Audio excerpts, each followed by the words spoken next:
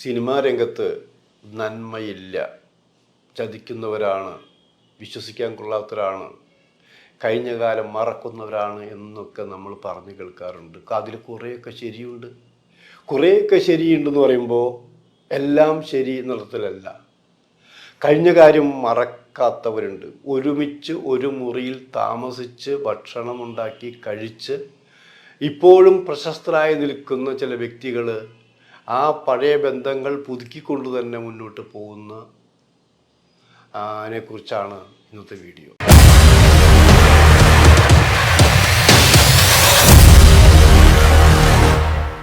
Cinema കുറിച്ച് നമ്മൾ പറയുമ്പോൾ പലരും പറഞ്ഞു കേട്ടിട്ടുണ്ട്.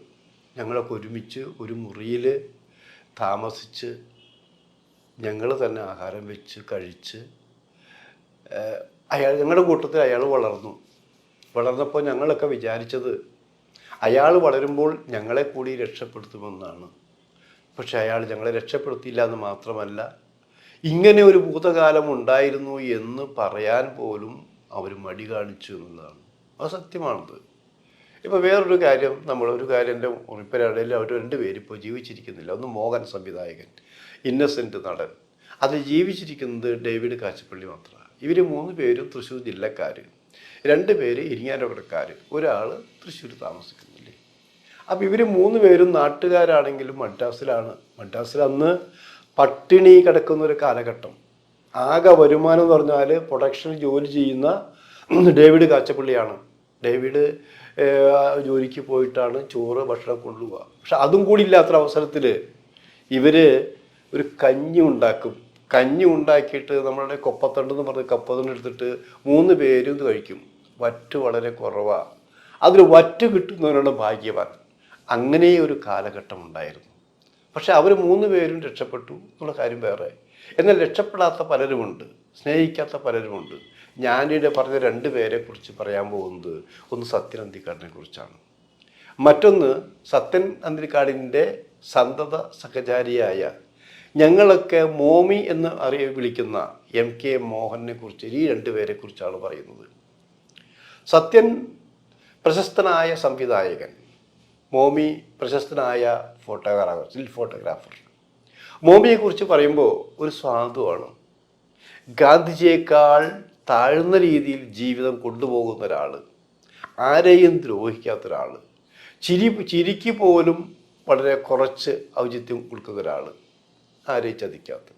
ഈ മോമിയും സത്യനും വർഷങ്ങൾക്ക് മുമ്പ് അത് സിനിമയിൽ, അതൊരു 19 വയസ്സുകാരനാണ് അന്ന് സത്യൻ അന്തിക്കാട്, നാട് വിട്ട് മദ്രാസിൽ വന്ന് എങ്ങനെ എവിടേക്ക് പോകുമെന്നറിയാതെ നട്ടം തിരിഞ്ഞു നിന്നൊരവസരത്തിൽ, അത്തരൊരു കാലഘട്ടത്തിലാണ് മോമിയുമായി ചേർന്ന് ഒരു മുറിയിൽ ജീവിതം തുടങ്ങിയത്. ആ ജീവിതത്തിന് ഒരു സുഖമുണ്ടായിരുന്നു. 2 പേരും പരസ്പരം സ്നേഹിച്ചു, വിശ്വസിച്ചു. സത്യൻ രക്ഷപ്പെട്ടപ്പോൾ സത്യൻ്റെ എല്ലാ സിനിമകളിലും സ്റ്റിൽ ഫോട്ടോഗ്രാഫർ മോമിയായിരുന്നു. മോമി ഇല്ലാതെ ഒരു കാര്യം സത്യന് ആലോചിക്കാനുണ്ടായിരുന്നില്ല. കാരണം ഈ മോമി ഒരു എല്ലാവർക്കും പ്രിയപ്പെട്ടവരാണ്. എന്നാൽ മോമിയെ വിളിച്ച് എല്ലാ സിനിമയും വിളിച്ചാലും മോമി എല്ലാ സിനിമയിലും സ്റ്റില്ലെടുക്കാൻ പോകില്ല. തനിക്ക് ഇഷ്ടം തോന്നണം, അത് വിശ്വസിക്കാവുന്ന ആളാണ് തോന്നും. അങ്ങനെയുള്ള ആളുടെ കയ്യിൽ മാത്രമേ മോമി പോകാറുള്ളൂ. പക്ഷേ അടുപ്പമുണ്ടായ ഒരാളോട് കടം ചോദിക്കില്ല. വിശന്നാൽ പോലും വിശക്കുന്നു എന്ന് പറയാറില്ല. അത് ഏറ്റവും അടുത്ത ആൾക്കാരായാലും പോലും. ഇപ്പോൾ സത്യനാണ് മുറിയിലുള്ളത്, സത്യനോട് പോലും പല രഹസ്യങ്ങളും പങ്കുവയ്ക്കാറില്ല. അങ്ങനെ അവർ കാലം കഴിഞ്ഞു. മോമിയും ഫാമിലിയും മദ്രാസിൽ താമസിക്കുന്നു. പിന്നെ സത്യനും, 2 പേരും 2 വഴിക്ക് ജീവിതം കൊണ്ടുപോയെങ്കിലും ഇപ്പോഴും അവർ ഒരുമിച്ച് തന്നെയാണ് വർക്ക് ചെയ്യുന്നത്. ഇപ്പം ഞാനീ പറയാൻ കാരണം, രസതന്ത്രം എന്നുള്ള ഷൂട്ടിംഗ് കഴിഞ്ഞൊരവസരത്തിൽ അതിൻ്റെ എഡിറ്റിംഗ് വർക്കുകളെല്ലാം മദ്രാസിൽ നടന്നുകൊണ്ടിരിക്കുന്നു. അപ്പോൾ സിനിമാക്കാരായിട്ട് മദ്രാസിൽ സ്ഥിര താമസം അപ്പോൾ ഉള്ളത് സത്യൻ്റെ ഗ്രൂപ്പിലത്തെ മോമി മാത്രമാണത്. അപ്പോൾ മോമിക്ക് വേറൊരു പടം വരുന്നു. കാരണം മോമിയെ അറിയാവുന്ന ആൾക്കാരൊക്കെ പിടിച്ചു വലിച്ചുകൊണ്ട് പോകും. എനിക്ക് മോമിയെ വേണം, മോമി ഒരു ഐശ്വര്യമാണ്, അതാണ് ചിലരുടെ വിശ്വാസം. മോമി ഉണ്ടെങ്കിൽ ആ സിനിമ രക്ഷപ്പെടുമെന്നുള്ളതാണ്. അപ്പോൾ അങ്ങനെ പോകുമ്പോൾ രഞ്ജൻ പ്രമോദിൻ്റെ പുതിയ പടം, അത് മോഹൻലാലാണ് നായകൻ. മോഹൻലാൽ ഒരു ഫോട്ടോഗ്രാഫർ എന്നാണ് എൻ്റെ പേരിട്ടിരിക്കുന്നത്. വളരെ പ്രതീക്ഷയുള്ളൊരു പടമായിരുന്നു. വയനാട്ടിലാണ് അതിൻ്റെ ചിത്രീകരണം. അതിൻ്റെ സ്റ്റിൽ ഫോട്ടോഗ്രാഫറും മോമിയാണ്. അപ്പോൾ മോമിക്ക് പോകാനൊരു മനസ്സില്ല. കാരണം സത്യൻ്റെ അടുത്ത മനസ്സിനക്കരെയുള്ള പടം തുടങ്ങാൻ പോകുന്നു, അതിന് മറ്റു കാര്യങ്ങൾ സഹകരിക്കണം. എന്നാലും ആ പടം കഴിയുമ്പോൾ ഈ പടത്തിലേക്ക് വരാമെന്ന് വിചാരിച്ച് 2 ദിവസം ഷൂട്ടിങ്ങിന് 2 ദിവസം മുമ്പ് മോമിയെ സത്യനന്ദിക്കാട് യാത്ര വെക്കുക. യാത്രയായി പോയ മോമി അതേ വേഗത്തിൽ തിരിച്ചു വന്നു. അപ്പോൾ സത്യൻ ചോദിച്ചു, എന്തു പറ്റി മോമി? അല്ല, ഞാൻ പോയപ്പോൾ അവിടുത്തെ ഇപ്പോഴത്തെ കുറേ കാര്യങ്ങൾ ടെക്നോളജിയിൽ കുറേ മാറ്റങ്ങൾ വന്നിരിക്കുന്നു. എൻ്റെ ഈ പഴയ ക്യാമറ കൊണ്ടൊന്നും ഇപ്പോഴത്തെ സ്റ്റില്ല് എടുക്കാൻ പറ്റില്ല. ഇപ്പോഴത്തെ സ്റ്റില്ല് എടുക്കണമെങ്കിൽ ചില മാറ്റങ്ങൾ ഉണ്ടായിരിക്കണം. ഇപ്പോൾ അവിടെ ചെന്നപ്പോൾ രഞ്ജൻ പറഞ്ഞത് ഡിജിറ്റൽ ക്യാമറ വേണമെന്നാണ് പറഞ്ഞത്. ഡിജിറ്റൽ ക്യാമറ വേണമെന്ന് പറഞ്ഞപ്പോൾ എൻ്റെ കയ്യിൽ ഡിജിറ്റൽ ക്യാമറയും ഇല്ല. ഷൂട്ടിങ് മറ്റന്നാൾ തുടങ്ങുന്നു. അപ്പം അതുകൊണ്ട് ഞാൻ തിരിച്ചു പോകുന്നു എന്ന് പറഞ്ഞു. സത്യൻ അത് ഭയങ്കര പ്രയാസമായി.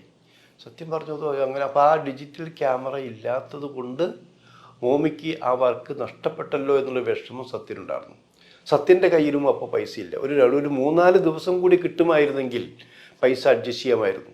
എന്നാൽ ഇക്കാര്യം തനിക്കൊരു ഡിജിറ്റൽ ക്യാമറ വാങ്ങിത്തരണം, കടമായിട്ടെങ്കിലും എടുത്തു തരണം, ഇത് മോമി പറഞ്ഞില്ല.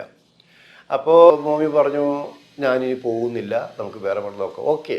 അങ്ങനെ ഇരിക്കുമ്പോൾ സത്യന് ആലോചിച്ചു, മോഹൻലാലിൻ്റെ പടമാണ്, മോമി വർക്ക് ചെയ്യേണ്ടതാണ്, ഏറെ ചർച്ച ചെയ്യപ്പെട്ടൊരു ടൈറ്റിലാണത്. അപ്പോൾ ആരെ വിളിച്ചാൽ ഇപ്പം പെട്ടെന്ന് പൈസ കിട്ടണമെങ്കിൽ ആരെ വിളിക്കണം? അങ്ങനെ ആലോചിച്ചപ്പോൾ സത്യൻ്റെ മുന്നിൽ തെളിഞ്ഞത് ആൻ്റണി പെരുമ്പാവൂരിൻ്റെ ഒരു മുഖമാണ്. അപ്പോൾ തന്നെ ആൻ്റണി പെരുമ്പാവൂരിനെ വിളിച്ചു. ആൻ്റണി, എനിക്കൊരു 70,000 രൂപ ഇപ്പോൾ വേണം, പെട്ടെന്ന് കിട്ടണം, ഇപ്പോൾ കിട്ടിയാലേ കാര്യമുള്ളൂ, നാളേക്കായിട്ട് കാര്യമില്ല എന്ന് പറയണം. അപ്പോൾ ആൻ്റണി പറഞ്ഞു, ഞാനിപ്പോൾ തന്നെ അയച്ചേക്കാം. അങ്ങനെ അപ്പോൾ തന്നെ 70,000 രൂപ ആൻ്റണി പെരുമ്പാവൂർ സത്യന് അയക്കുകയാണ്. ആ രൂപ ആൻ്റണി അയച്ച രൂപ സത്യൻ മോമിയോട് എടുത്ത് പറഞ്ഞു. മോമിയോട് പറഞ്ഞു, നീ ഇപ്പോൾ തന്നെ പോയിട്ട് ഡിജിറ്റൽ ക്യാമറ വാങ്ങിക്കൊണ്ടുവരണം. മോമി അന്തം വിട്ടുപോയി. സത്യൻ്റെ കയ്യിൽ കാശില്ല എന്നറിയാം. സത്യൻ്റെ കയ്യിൽ കാശില്ല എന്ന് അറിഞ്ഞിട്ട് പോലും ഈ പൈസ അവിടെ സംഘടിപ്പിച്ചു എന്ന് ചോദിച്ചപ്പോൾ അതൊന്നും നീ അറിയണ്ടപ്പോൾ ആദ്യം പോയി ക്യാമറ വാങ്ങിക്കൊണ്ടുപോകാം. പെട്ടെന്ന്, അതായത് മോമി പോയിട്ട് പെട്ടെന്ന് ഡിജിറ്റൽ ക്യാമറ വാങ്ങിക്കൊണ്ടുവന്നു. സത്യം പറഞ്ഞു, ഇനി താമസിക്കേണ്ട, എല്ലാം പാക്ക് ചെയ്ത് അടുത്ത വണ്ടിക്ക് പോകാൻ നോക്ക്, നാളെ രാവിലെ അവിടെ ചെന്നിരിക്കണം, ഈ അത്ര വർക്കും ചെയ്യണം. രഞ്ജൻ വീണ്ടും വിളിച്ചെന്നെ, എന്താ മോമി വരില്ലേ ചോദിക്കുന്നുണ്ടായിരുന്നു. അപ്പോൾ മോമി പറഞ്ഞു, ഇതെനിക്ക് നഷ്ടപ്പെട്ട ഒരു സിനിമയാണ്, ഞാൻ അവിടെ പോയിട്ടല്ല ആദ്യത്തെ സ്റ്റില്ലെടുക്കേണ്ടത്, എനിക്കെടുക്കേണ്ട സ്റ്റില്ല് സത്യൻ്റെ സ്റ്റില്ലാണെന്ന് പറഞ്ഞു. അങ്ങനെ താൻ ആദ്യം വാങ്ങിയ ഡിജിറ്റൽ ക്യാമറയിൽ ആദ്യത്തെ ഫോട്ടോ സത്യനന്ദിക്കാണ്ടിയാണ് മോമി എടുത്തത്. അവിടെ പോയി വർക്ക് ചെയ്തു, നല്ല വർക്കാണ് ചെയ്തിരിക്കുന്നത്. തിരിച്ചു വന്നു. ഞാനിത് പറയാൻ കാരണം, സിനിമയിൽ നന്ദികേട് മാത്രം കാണിക്കുന്നവരാണ് 95%. അവർ വളർന്നു പോകുമ്പോൾ തങ്ങളെ സഹായിച്ചവർക്ക് നേരെ ഒരു ചെറിയ സഹായം ചെയ്താൽ അവരും രക്ഷപ്പെട്ടു പോയേനെ. പക്ഷേ പലരും അവിടെയില്ല, സൂപ്പർ സ്റ്റാറുകളടക്കം.